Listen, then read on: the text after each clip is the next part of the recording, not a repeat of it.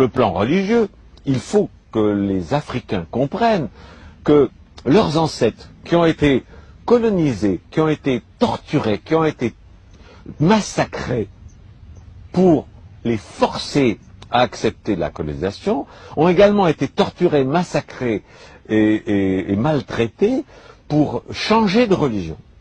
Les conversions au christianisme ont été faites par la force et par la violence. Alors, imaginez, et les ancêtres que vous avez, peuple africain, sont toujours vivants sur la planète des Elohim. Et ils vous regardent, et ils voient leurs descendants, vous, s'habiller comme leurs tortureurs. Ils voient leurs descendants aller dans les églises qui ont été mises en place par leurs tortureurs. Ils sont désespérés.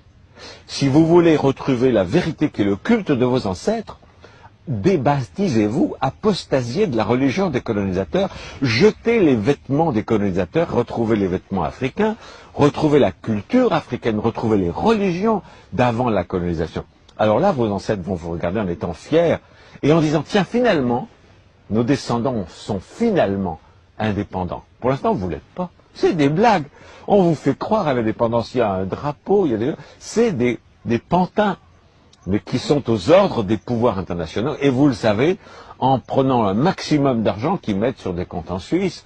Et en même temps, l'Afrique meurt de faim un peu partout. Le Vatican, s'il est tellement concerné par les pauvres et par la faim en Afrique et ailleurs, mais qui vendent le Vatican, et avec cet argent, il peut donner à manger à tout le monde. Parce que la religion chrétienne dont on vous vante les mérites et avec laquelle on vous a colonisé, a toujours dit la pauvreté c'est beau, n'avoir rien c'est beau. Ok, faites-le vous-même. Que le pape vende tout le Vatican, c'est une ville. Et avec l'argent, il y a de quoi nourrir tous les Africains pendant plus d'un siècle. Non, ils restent dans le luxe, mais dans les églises africaines, on continue de prêcher la pauvreté, l'humilité. Et c'est des blagues, c'est la suite de la colonisation.